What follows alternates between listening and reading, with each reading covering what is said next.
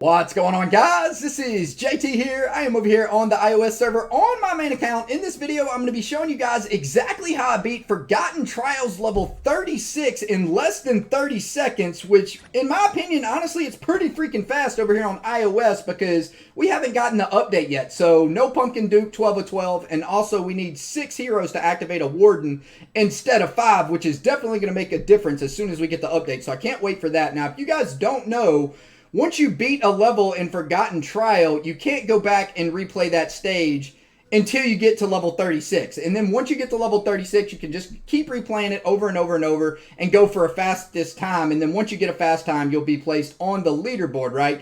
So not bad. As you can see right there, we are rank 1 in 22.8 seconds, which is definitely, in my opinion, a pretty fast. Actually, it's the fastest time on iOS yet so far. Now, there's only 8 people even above a minute. So let's go ahead and get into the setup that I used.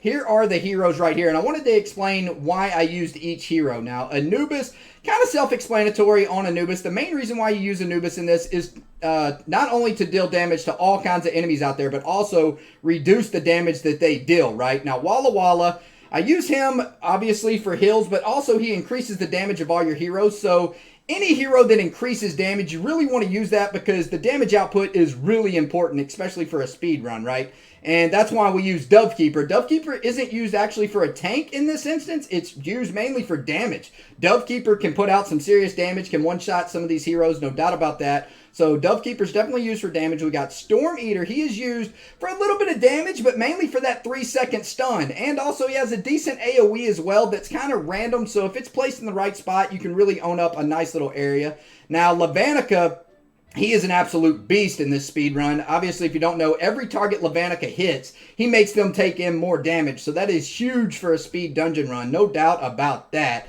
And I mean, it's just Levanica. He's our main tank as well, so that's who we initially drop with. So of course that's why we're using Levanica. We have Ghoulam in there for not only heals but also damage reduction. It's really important that you put a 5 Revitalize on your Ghoulam and that Ghoulam procs right at the start of the fight, so all your heroes take less damage right away, right? That's pretty important. Cupid's in there for the damage buff, also a little bit of speed, so not bad. Mainly the damage buff, though. We also have Pumpkin Duke. I mean, you can't really do a speed run without Pumpkin Duke, right? He's the one that gets your team running super quick, and it's obvious. He gives you more attack speed, faster, everything with Pumpkin Duke. We have Michael in there for the extra damage. That's really the only thing we're using Michael for, and you really want Michael to be the last hero you drop, and you want him to have 5 of 5 Revitalize. And the reason why I say that is because when you drop him last, he gives all your heroes more damage, right? So that is pretty important to have Michael definitely drop last. You don't want to drop him first and then have him proc right at the start and then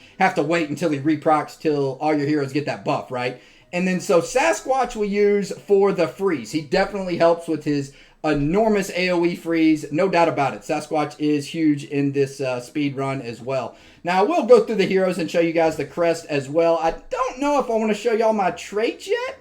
Not exactly sure. Maybe on the live stream I'll show my traits. Not in this video, though. So we got level 8. These are the exact talents and crest sets I used in this run you're about to see as well. So we got level 8 Unholy Pact on Anubis with level 7 Sharpen.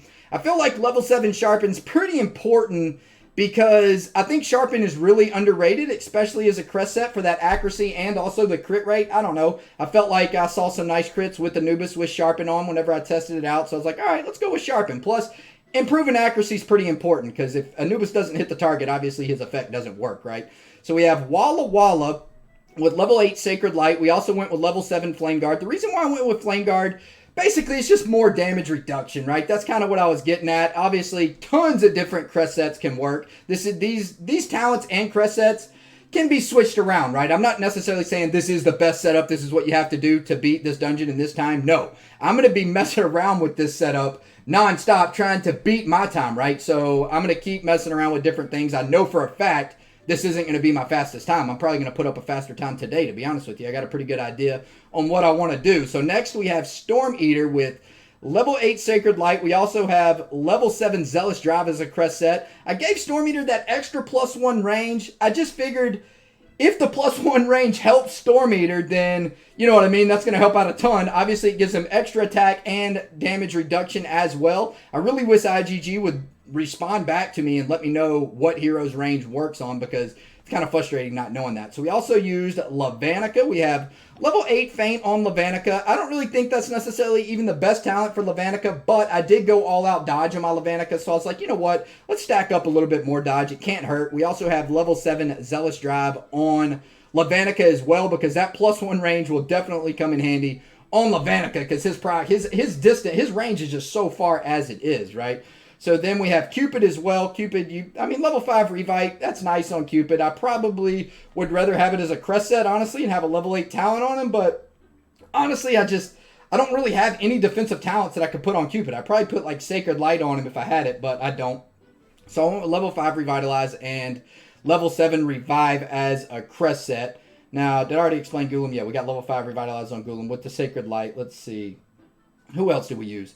Now, PD is really optional. I found each of these PDs to work perfectly fine.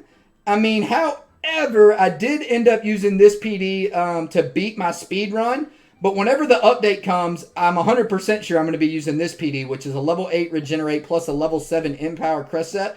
This is the PD you're going to want to use for speedrun. However, this is the PD I used to get to 22 seconds. It was level 8 Sacred Light with level 7 Regenerate, with the mini Angie on him too, just to keep him alive hopefully a little bit longer.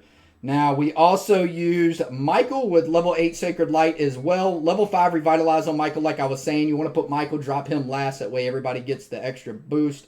And then we also have Sasquatch with level 8 Sacred... Man, a lot of these heroes have Sacred Light. I just now realized that as I was going over them. So we got level 8 Sacred Light on Sasquatch as well with level 7 Bulwark. You don't need Sasquatch proccing at the start. It's not important for this dungeon. And you really just want him to be as beefy as he can be. So I think Bulwark is definitely a good match for Sasquatch. So, a lot of these talents, they can really go either way. If you have a level 8 Bulwark Sasquatch... and then you have, a different, like a level whatever Crest set of Sacred Light. You can switch them up, or you could even probably run, honestly, like a War God Sasquatch, and it'd still work just as good. However, this is what I went with, so this is, what I went with. I just wanted to show you guys all the details.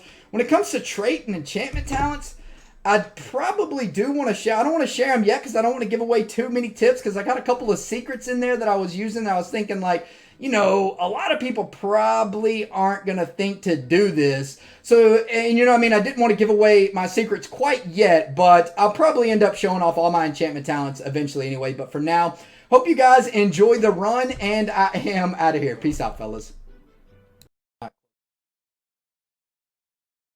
right, let's go a little bit more over here.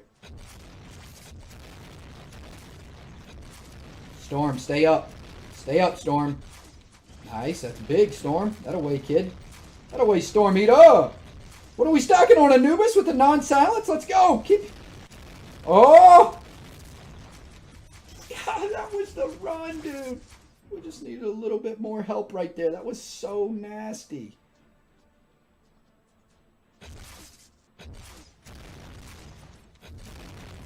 Pumpkin Duke, Storm, come on. All right, nice. No stacks on that Atlanticor, though. Yo, what do we got going here? This just looks crazy. Sasquatch is dead. Oh! Look at this run, though! Whew. Let's go! Who in the hell's left? Oh! How many seconds was that, dude? Dude, how many seconds was that? That has to be in the top. Like, that was like... Let me see. What am I? I'm ranked. Damn, I got 22 seconds? That's #1 on iOS.